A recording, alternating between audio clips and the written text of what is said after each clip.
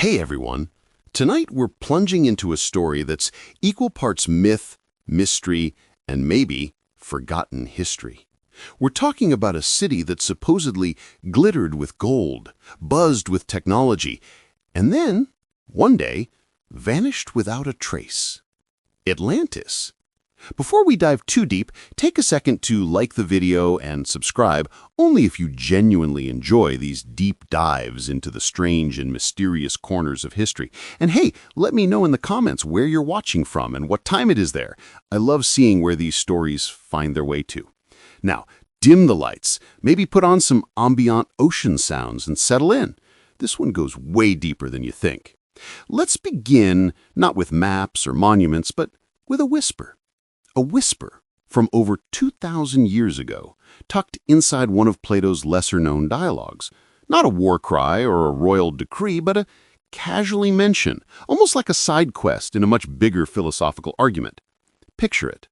Around 360 BCE, Plato is crafting Timaeus, a dense philosophical work about the nature of the universe, time, and all that deep cosmic jazz.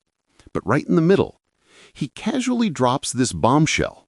There once existed a mighty civilization, an island nation beyond the Pillars of Hercules, that's the Strait of Gibraltar to us mortals, that ruled parts of Europe and Africa. And then, poof, one day, in a single night and day of misfortune, it disappeared beneath the sea. No warning, no survivors, just gone. Now, imagine hearing that in ancient Greece. You've got philosophers wrestling with the idea of perfect societies, and suddenly there's talk of an ultra-advanced island nation that got too big for its golden boots and sank beneath the waves like a mythological mic drop. But let's back up, because even today, over 2,000 years later, people are still obsessed with Atlantis. And not just in a cool myth, bro kind of way. People have actually gone looking for it, with boats, with submarines, with satellite scans. Some say it's in Spain, some point to Antarctica, others the bottom of the Caribbean. It's like historical hide and seek, except the seeker is every amateur archaeologist with a dive license, and the hider is possibly imaginary. But let's be clear, Plato didn't just pull Atlantis out of a dusty amphora. According to him, he was retelling a tale passed down by Egyptian priests, then shared by Solon, an Athenian lawmaker. So there's this idea that Atlantis isn't just a story, it's a story about a story about a story. And you know how reliable that game of historical telephone gets after a few centuries. Still, the Atlantis tale feels different. It's got that ring of something off. Like it's not quite a myth, but not quite history either. It's the historical equivalent of a fever dream. According to Plato, Atlantis was the pinnacle of civilization. The place was allegedly bursting with advanced architecture, sprawling canal systems, lush gardens, and enough gold to make King Midas do a double-take. Elephants roamed its plains. Poseidon himself supposedly founded the place. There were concentric rings of land and water, grand temples, bridges, and a navy that could blot out the horizon. Imagine a city designed by both the ancient gods and a committee of Renaissance engineers on espresso. And then, just as Atlantis is flexing its metaphorical muscles, threatening to conquer Athens and the rest of the known world, the gods hit the nope button. Catastrophic earthquakes, floods, the whole place gets swallowed by the sea. Just like that. The tale has everything. Hubris, punishment, lost technology, submerged temples. It's basically the ancient world's version of a blockbuster disaster movie. But here's the thing no one tells you. For most of history, nobody took it seriously. The Greeks, they treated it like an allegory, Plato's dramatic way of teaching a moral lesson. The Romans barely mention it, and medieval scholars, they were too busy surviving plagues and perfecting illuminated manuscripts to care. Atlantis became the kind of story you tell to spice up a long sea voyage, a whisper in the margins of ancient texts, a myth among myths, until the modern age. Because somewhere around 1800s, Atlantis got its second wind, and this time it came with maps. Enter the amateur scholars, the fringe theorists, and eventually the conspiracy YouTubers. Suddenly, Atlantis wasn't just a cool bedtime story. It was real. It had to be. And if it was real, someone had to find it. Theories exploded like popcorn over an open fire. Some say it's near the Azores. Others swear by Bimini Road in the Bahamas. A few pointed at Santorini and claimed the Minoans were Atlantis all along. And of course, no lost civilization would be complete without someone yelling, "Aliens!" from the back of the lecture hall. But here's the real question. Isn't just where Atlantis is, it's why we care so much about a city that may never have existed. What is it about Atlantis that grips us? Is it the promise of ancient wisdom lost? The fantasy of a perfect society undone by arrogance? Or is it something deeper? A primal memory of floods and falls etched into the collective memory of humanity? Because every culture, every single one, has a flood myth. The Sumerians had Gilgamesh. The Bible has Noah. The Hindus had Manu. The Maya had their own stories of cataclysms. It's like the planet itself is haunted by the memory of a world swallowed by water. Atlantis, in this way, becomes a stand-in for every lost thing, every forgotten city, every warning we didn't listen to. So tonight, we're going deeper. Beyond Plato, beyond maps, beyond the endless documentaries with dramatic music and slow zooms on statues, we're diving into the legend of Atlantis, its origin, its obsession, and the bones of truth buried in the sand. And if we're lucky, we just might surface with more than we bargained for. Let's get one thing straight right away. There is no official map of Atlantis. No GPS coordinates, no "you are here" pin floating in the ocean. But that hasn't stopped people from trying. Since the 1800s, everyone from adventurers to well-meaning professors to late-night TV hosts has tried to figure out where Atlantis went. And it always starts the same way, with Plato's description. He wasn't vague, by the way. For a philosopher who liked metaphors, Plato actually dropped some pretty precise breadcrumbs. He said Atlantis was beyond the Pillars of Hercules. That's the Strait of Gibraltar. So west of the Mediterranean, out into the Atlantic. He described a massive island, bigger than Libya and Asia Minor combined, with mountains, fertile plains, and, you're going to love this, elephants. Also, it sank about 9,000 years before his time, which would make it around 11,000 years ago for us. So, if you're following along at home, we're looking for a continent-sized island with elephants, rings of land and water, advanced tech, and a catastrophic sinking event around the end of the last ice age. No pressure. One of the earliest and loudest voices in the Atlantis revival movement was Ignatius Donnelly. In 1882, he published a book called Atlantis, the Antediluvian World. And let me tell you, it went viral. Or, the 19th century version of viral. Donnelly wasn't shy. He said Atlantis was the root of all ancient civilizations. Egypt, Mesopotamia, Mesoamerica, all knockoffs of Atlantis. According to him, Atlanteans were basically the original global influencers. No evidence? No problem. He had enthusiasm, and apparently that was enough. But Donnelly planted a seed. His book became the Rosetta Stone for every Atlantis chaser who came after. It was like a free pass to believe whatever you wanted as long as you cited Plato somewhere in your intro. Which brings us to Exhibit A in the Atlantis treasure hunt, Santorini, formerly known as Thera.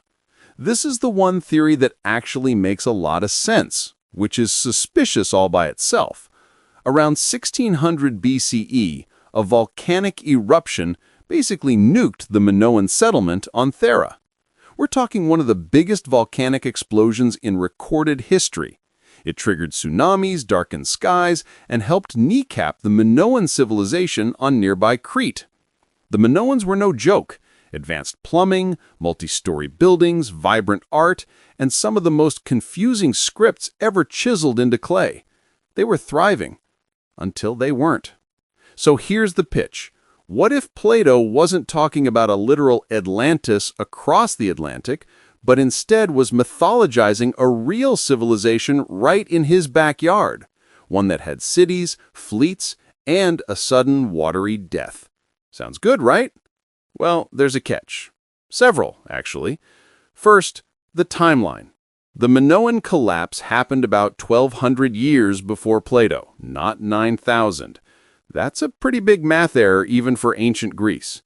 Second, the Minoans didn't sink into the ocean. Thera did explode, sure, but Crete is still very much above sea level. You can even visit and eat some excellent seafood. And third, Plato was clear that Atlantis was an island bigger than Libya and Asia Minor combined. Santorini is not that. It's gorgeous, yes, but it's also about the size of a Disney resort. Still, the similarities are eerie. A powerful naval civilization? Check. Advanced engineering? Check. Massive natural disaster? Big check. Even Plato's timeline might be fixable. Some scholars think the number 9,000 could have been a transcription error. Ancient texts were copied by hand, often by monks with less than stellar eyesight. Mistaking 900 for 9,000 isn't just possible, it's basically guaranteed. So if Plato meant 900 years, suddenly the timeline fits perfectly with the Minoan collapse. But here's the twist. Maybe Atlantis isn't one place. Maybe it's every place. Maybe what we're chasing isn't a city with a street address, but a memory, a story passed down through generations about what happens when we fly too close to the sun. Think about it. Ancient civilizations rose and fell all the time. Floods, earthquakes, invasions. Entire cities vanished without a trace, and every time people needed a story to explain it, a warning, a myth, a lesson. Atlantis might be that story, the original cautionary tale. Don't build too high. Don't grow too proud. And for the love of Poseidon, don't anger the gods. But while we're on the subject of gods, let's talk about Poseidon. According to Plato, Atlantis was literally founded by the sea god himself. Poseidon fell in love with a mortal woman named Cleito, and to keep her safe, he built an island paradise with rings of land and water perfectly engineered to protect her. Together, they had 10 sons. The eldest was Atlas. Yes, that Atlas, the guy who holds up the sky in mythology, and also lends his name to, well, the entire Atlantic Ocean. Each son was given a portion of the island to rule, and together they created the perfect society. Perfect! Until it wasn't. Because, and this is where the Greek myth really flexes, Plato says the Atlanteans eventually became corrupted. Powerful, yes, rich, absolutely, but they lost their virtue. They got greedy, arrogant, and tried to conquer the known world. That's when the gods stepped in. In other words, Atlantis didn't fall because of a volcano or a flood. It fell because of pride. Classic. It's basically the ancient version of don't let your ego write checks your continent can't cash. And here's the kicker. Plato wasn't even trying to tell a history lesson. He was making a point about ideal societies versus corrupt ones. In his mind, ancient Athens, the plucky underdog, defeated the mighty Atlanteans because they were virtuous. Atlantis wasn't just a cool lost city, it was a philosophical punching bag. But we didn't hear the philosophy. We heard, Golden Island sinks into the sea, and our brains went full treasure map. And maybe that's okay, because the search for Atlantis isn't really about finding stone ruins or lost rings of water. It's about the idea that once upon a time, somewhere, humans built something truly incredible. And then, just as quickly, they lost it. Not to war, not to time, but to the sea. and we've been trying to get it back ever since. By now, you might be thinking, okay, so Plato told a story, everyone ran with it, and nobody found squat. Case closed. Except, no. Because the 20th century showed up with a shovel in one hand and a conspiracy theory in the other. And things got weird. Let's start with a name you've probably never heard unless you hang out on obscure archaeology forums or really passionate Reddit threads. Charles Hapgood. Back in the 1950s, Hapgood proposed something called Earth crust displacement. Basically, he believed the Earth's crust could shift rapidly, dragging entire continents with it like a cosmic game of shuffleboard.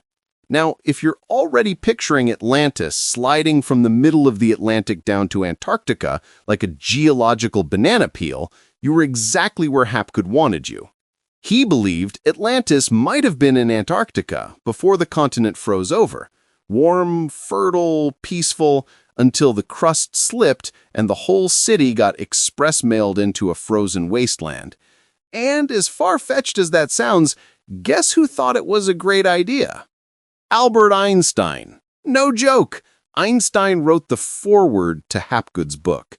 He didn't exactly say, yes, Atlantis is under penguins, but he did say the idea had merit and deserved investigation. Which brings us to our next pit stop on the Atlantis road trip, the Richat structure in Mauritania.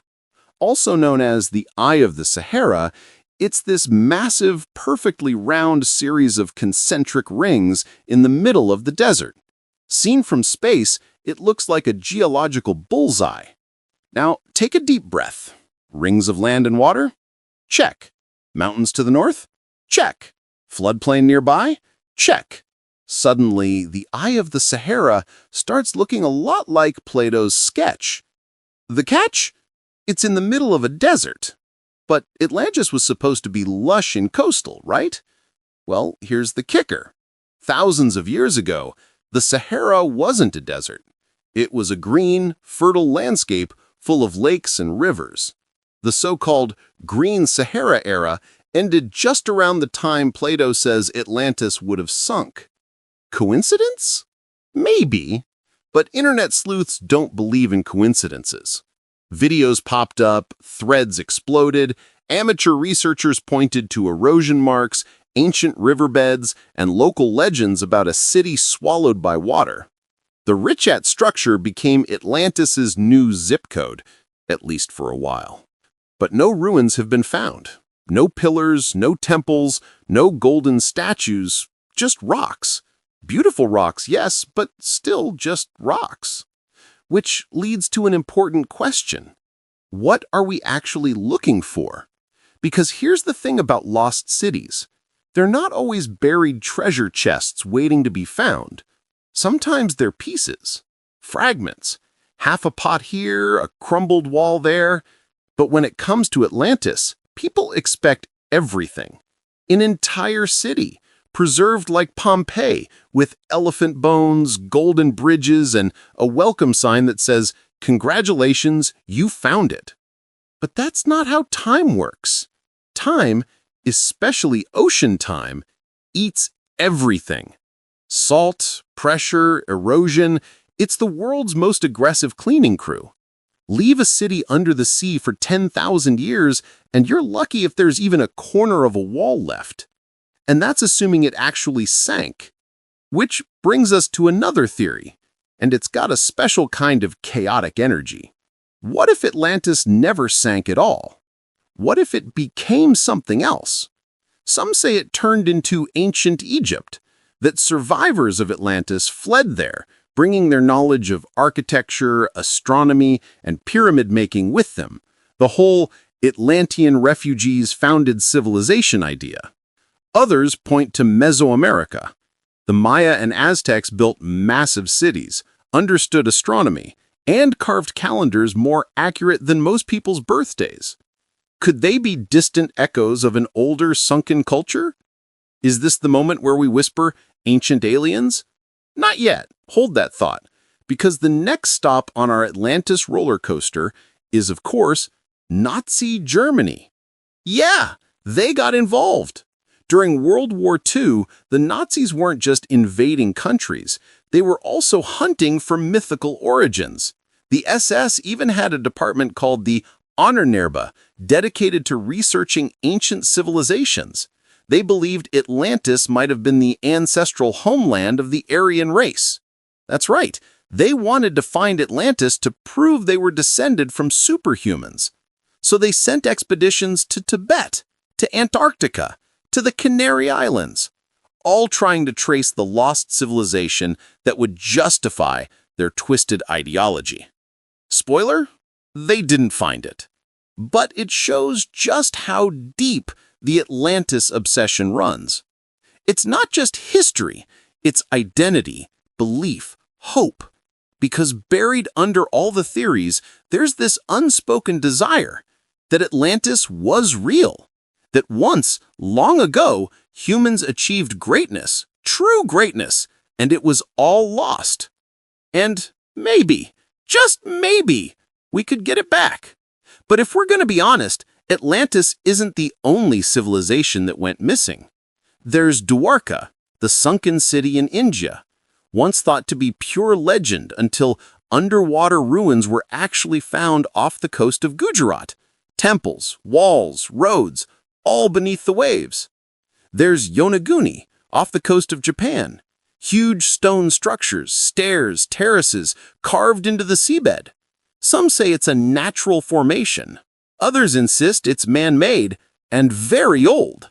And don't even get us started on Göbekli Tepe in Turkey, a sprawling temple complex that's over 11,000 years old. That's older than Stonehenge, older than the pyramids, older than, well, just about everything. None of these are Atlantis. But they all prove one thing. History is full of blind spots. Civilizations rise, and sometimes they don't leave neat timelines and polished statues. They leave questions, rumors. And every time we dig something up, Atlantis feels a little less like fiction, a little more like memory. Let's be honest. Atlantis stopped being just a story a long time ago. Somewhere between the Greek philosophers and the History Channel, it mutated, grew extra limbs. It's no longer just a city lost to the sea. Now, Atlantis is everything. A warning, a wish, a secret, a promise. And depending on who you ask, maybe even you. Because somewhere in the swirl of forgotten empires and underwater ruins, a whole new theory emerged. One that has nothing to do with Plato. One that suggests you might have Atlantean DNA. Let's rewind to the late 1800s. A woman named Helena Blavatsky starts publishing works under the banner of something called Theosophy, a spiritual philosophical movement that reads like Plato meets astral projection. In her version of history, the Earth wasn't just one lost civilization deep. It had several root races. Think of them like evolutionary epics, but with mystical flair. First came the Polarians, ethereal and non-physical. Then the Hyperboreans. Then the Lemurians, tall, dark-skinned, psychic giants. And then, of course, the Atlanteans. According to Blavatsky, Atlanteans were not just advanced, they were psychically advanced. Telepathy, telekinesis, astral travel, the works. They had flying ships powered by mental energy, crystals that could store entire libraries of knowledge, and possibly the ability to communicate with dolphins. Yes, seriously. But it wasn't all good. Let's be honest, Atlantis stopped being just a story a long time ago. Somewhere between the Greek philosophers and the History Channel, it mutated, grew extra limbs. It's no longer just a city lost to the sea. Now, Atlantis is everything. A warning, a wish, a secret, a promise. And depending on who you ask, maybe even you. Because somewhere in the swirl of forgotten empires and underwater ruins, a whole new theory emerged, one that has nothing to do with Plato, one that suggests you might have Atlantean DNA. Let's rewind to the late 1800s. A woman named Helena Blavatsky starts publishing works under the banner of something called theosophy, a spiritual philosophical movement that reads like Plato meets astral projection. In her version of history, the Earth wasn't just one lost civilization deep, it had several root races. Think of them like evolutionary epochs, but with mystical flair. First came the Polarians, ethereal and non-physical. Then the Hyperboreans. Then the Lemurians, tall, dark-skinned psychic giants. And then, of course, the Atlanteans. According to Blavatsky, Atlanteans were not just advanced, they were psychically advanced. Telepathy, telekinesis, astral travel, the works. They had flying ships powered by mental energy, crystals that could store entire libraries of knowledge, and possibly the ability to communicate with dolphins. Yes, seriously. But it wasn't all good vibes and levitating temples. Blavatsky said the Atlanteans eventually fell because of, you guessed it, pride. They began experimenting with forbidden sciences, interbreeding with animals, waging psychic wars. So once again, the gods hit the reset button. Floods, earthquakes, civilization wiped clean. Sound familiar? This version of Atlantis had nothing to do with stone walls or elephants. It was a spiritual archetype, a memory burned into our collective subconscious. And here's where things get spicy. Blavatsky's ideas influenced everything. New Age beliefs, occult movements, secret societies, even early science fiction. Suddenly, Atlantis wasn't just real, it was important. A piece of human history that was buried not just in the ocean, but in our blood. People started to believe they were reincarnated Atlanteans, that their dreams, their instincts, even their sense of being different was proof they once walked golden streets and whispered to crystal computers. Some claimed to have memories, visions of a grand library, a tower that harnessed the Earth's energy, a society that spoke in tones and colors rather than language. Sound crazy? Maybe, but it kept growing. In the 20th century, Edgar Cayce, the sleeping prophet, went all in. While in trance states, he gave thousands of readings, many involving Atlantis. Cayce said Atlantis was a real place, that its people were technologically advanced, and that survivors fled to Egypt and the Americas after the cataclysm. He predicted that Atlantis would begin to rise again, physically and spiritually, in the late 20th century, that ruins would emerge off the coast of Bimini and the Bahamas. And wouldn't you know it, a few years later, divers found what looked like a submerged stone road, Bimini Road. Coincidence? Geological formation? Atlantean Expressway? You decide. But Cayce went further.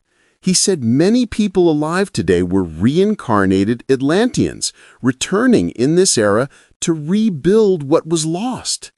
Not with temples and ships, but with ideas. So suddenly, Atlantis became a destiny, a calling. Books were written, meditation groups formed. There were workshops for activating your Atlantean memory. And even now, entire corners of the internet are dedicated to people who believe they carry ancient knowledge, hidden in their DNA, waiting to be reawakened. And if that's not wild enough, here's the kicker. Some of these people are scientists, engineers, historians, not just tie-dye wearing mystics with crystal necklaces and chakras in alignment. Because at its core, the Atlantis myth scratches an ancient itch. The feeling that we've lost something big, a golden age, a time when humans weren't just scraping by, but thriving. Think about it. Why do we build pyramids? Why do we stare at the stars, invent religions, and bury time capsules? Because we're obsessed with legacy, with what came before and what comes next. Atlantis is both a memory of what we were, a hope for what we could be again. And that brings us to the real question. What if Atlantis wasn't one place? What if it was a cycle? What if again and again humanity rises, builds, learns, dreams, and then forgets? Not because of punishment, but because that's how memory works. Because you can't hold on to everything forever. So maybe Atlantis isn't a city underwater. Maybe it's a dream just beneath the surface. And every once in a while, something stirs. A story, a vision, a strange sense of déjà vu. And for a moment, we remember. We've explored the myths, the mystics, the madness. But now, it's time for the science. Because in the last few decades, the search for Atlantis has leveled up. We're talking sonar, satellites, underwater drones, AI-assisted mapping. Basically, if Batman were obsessed with ancient civilizations, this would be his tool belt. Let's start with the ocean itself. It's not just big, it's barely explored. Over 70% of the Earth's surface is water, and of that, we've mapped less than 25% in high resolution. To put it bluntly, there could be a pyramid the size of the Luxor at the bottom of the Atlantic, and we might not even know. Why? Because the deep sea is a monster. Pressure that can crush steel, pitch-black darkness, shifting sediment that buries anything not bolted down. It's like trying to explore a forgotten city inside a blender, in the dark, with sharks. But we're trying anyway. In 2009, Google Earth users spotted a strange grid-like formation on the ocean floor west of the Canary Islands, a perfect rectangle made up of what looked like intersecting lines. Atlantis? Ancient roadways? Nope. Google later said it was a glitch, artifacts from sonar scanning ships, leaving track lines behind in the data. But the damage was done. Screenshots spread like wildfire. YouTubers had a field day.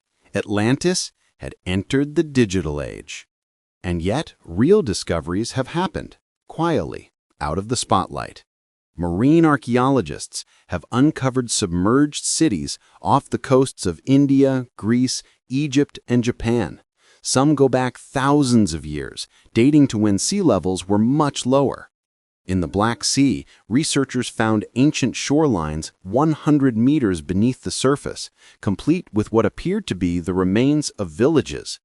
In the Doggerland region, now beneath the North Sea, scientists discovered evidence of an entire prehistoric landscape, forests, rivers, even signs of human habitation, all swallowed up by rising waters after the last ice age. Here's the connection. If entire regions of Europe could disappear beneath rising seas over a few thousand years, is it really that hard to imagine something like Atlantis meeting a similar fate? Especially when you consider what the Earth was going through around 11,000 years ago, right when Plato says Atlantis fell. Let's talk about the Younger Dryas. A sudden, sharp return to Ice Age conditions. The climate went haywire. Glaciers melted rapidly. Sea levels rose by hundreds of feet in a relatively short time. Some scientists even propose a cataclysmic event, a comet impact or airburst that triggered global chaos. And guess what? That's exactly the kind of event ancient cultures might preserve in myths. Massive flooding, fire from the sky, civilizations swallowed up. Sound familiar? Now, hold on to your oxygen tank, we're going deeper. In recent years, an undersea expedition near the Strait of Gibraltar, yes, Plato's Pillars of Hercules, found curious anomalies. Large rectangular formations, elevated ridges, possible man-made structures buried under sediment. Nothing confirmed, nothing headline-breaking, but tantalizing, like Atlantis is always just one sonar ping away. Then there's Cuba. In 2001, a team using deep-sea scanning equipment off the western coast of Cuba discovered what appeared to be massive stone structures nearly 2,000 feet underwater. Some were arranged in geometric patterns, square shapes, corridors, even what looked like steps. The media went wild. Atlantis found near Cuba. But just as fast, it went quiet. The site was never explored again. No follow-up expeditions, no peer-reviewed papers. Why? Some say lack of funding. Others whisper government interference. Or maybe the original scans were just rock formations, nature playing tricks again. Either way, the mystery deepens. Because here's what keeps happening again and again. We almost find it. A shadow, a shape, a story. But Atlantis always slips away, like it wants to stay lost. Still, the evidence is mounting, not for Atlantis necessarily, but for the idea that advanced civilizations may have existed before the ones we know. Let's go full science mode for a second. We used to think civilization began around 5,000 years ago, Sumer, Egypt, the Indus Valley. Then we found Göbekli Tepe, dating back to 10,000 BCE, a temple complex, carved pillars, astronomical alignments, all built by hunter-gatherers who weren't supposed to know how to build anything. No cities, no agriculture, no writing, just massive stone temples aligned to the stars. It changed everything. Suddenly, pre-civilization didn't look so primitive. And if something like that could exist, who's to say what else might have been wiped out by flood, fire, or time? Atlantis might not be one city. It might be a symbol for all of them. The ones we haven't found, the ones that left no trace, the ones that slipped beneath the waves, taking their stories with them. And maybe, just maybe, we're only now becoming advanced enough to find them, to peer into the darkness, to scan the deep, to listen to the whispers from the ocean floor. Because Atlantis isn't silent. It hums beneath the noise, waiting. So here we are, 6,000 years of searching, 6,000 theories, and 6,000 words later. And the question still hangs in the salt-heavy air. Did Atlantis ever exist? Let's look at the facts. We have one primary source, Plato, a philosopher, not a historian. He tells us Atlantis existed 9,000 years before his time. He describes it in poetic detail, and he wraps it in a moral lesson. But the deeper we dig, the messier it gets. No ruins, no inscriptions, no scrolls from other ancient civilizations going, by the way, remember when Atlantis sank? Wild times. It's all silence. Or is it? Because here's the thing about silence. It echoes. And Atlantis has echoed across millennia. Not just in dusty books or YouTube theories, but in the architecture of our imagination. You've felt it, that strange pull toward forgotten places, that hunger for lost knowledge, that ache for something humanity used to have and somehow lost.